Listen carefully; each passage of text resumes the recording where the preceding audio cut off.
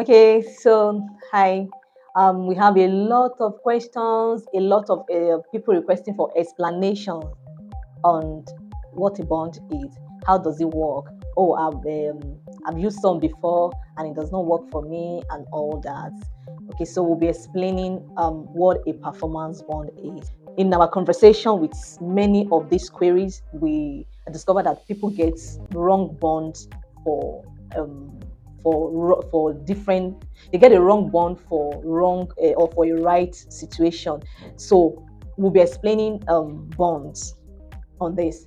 Now, somebody said, "Oh, I have a." I'll say this is a typical example. But on my project, I have a bond, and when I have an issue, I discovered the bank were not responding. And I said, "Oh, okay. What kind of bond bank is that? What kind of financial institution is that? Whether bank or insurance? I'm interested. I want to see a copy of your bond." And she brought the bond, and I looked through it. I discovered they gave her advance payment bond.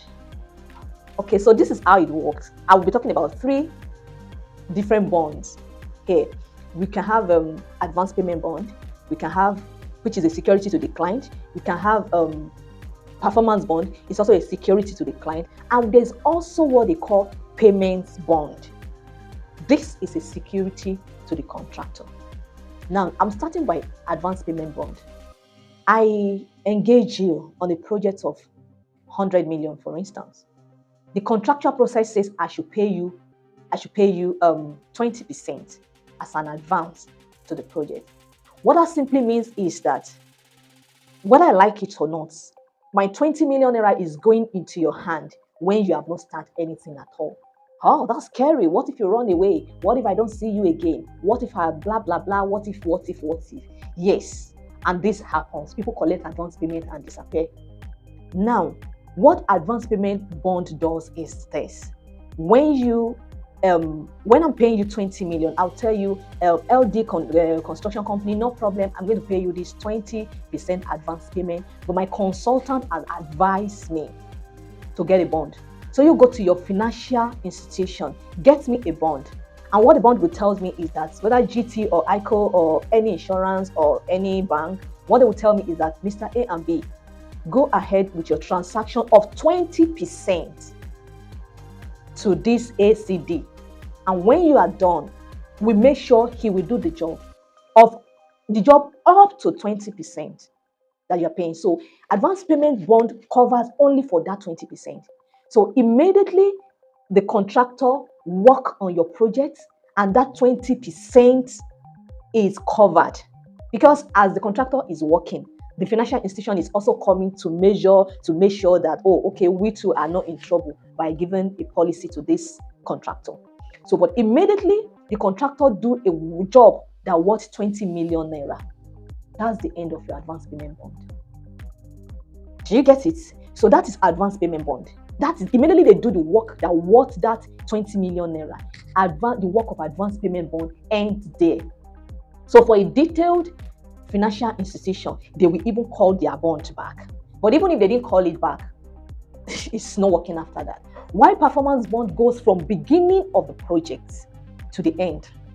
What performance bond says is this: if this contractor do not work up to your specification, will be responsible up to so percentage. Like, we'll be refunding your money. So if you like, as a contractor, you can request up to 10%, up to 20%, up to 30%, up to 100%. You are responsible for the cost of the bond. So you can make a real request on your policy. So in this case, from the beginning to the end, if the contractor do not follow specification, at any time, you can call the bond. You can call the bond for the window, you can call the bond for doors, you can call the bond for foundation, you can call the bond at any stage. So you can see the difference between, you can see the difference between advance payment bond and performance bonds now. Now, if you have advance payment bond and the contract, for instance, you give out 20% and the contractor has done the work up to 20%, the financial institution has even cancelled the bond in their system, and towards the end of the project, you are just coming and saying, oh, the man did a bad roofing for me, the roof is leaking, I'm calling this bank. The bank will not respond to such a call. or the financial institution will not, because that is not what their own bond was made for. So I will say that you allow your consultants, you allow your professionals to advise you, the good professionals to advise you on the kind of bond you need for a particular situation. Then the last one I talk about, payment bond, that is simply for contractors, because as we have fraudulent people among contractors, you also have it among some clients, where a client will ask you, move to site and start working. I'll be paying you based on valuation or based on milestones. And when you do a particular work, you tie your money down and the client is not responding. So you as a contractor, though we don't practice it as such in Nigeria because all contractors believe clients are doing them a favor, but you also have the right to request for the client that I'm doing a job of 1 billion naira from you, but at every point I want a payment bond. That means a bond that is assuring me, should at any time you are not paying, I can walk up to your financial institution as a contractor and ask them to pay me because you are at fault.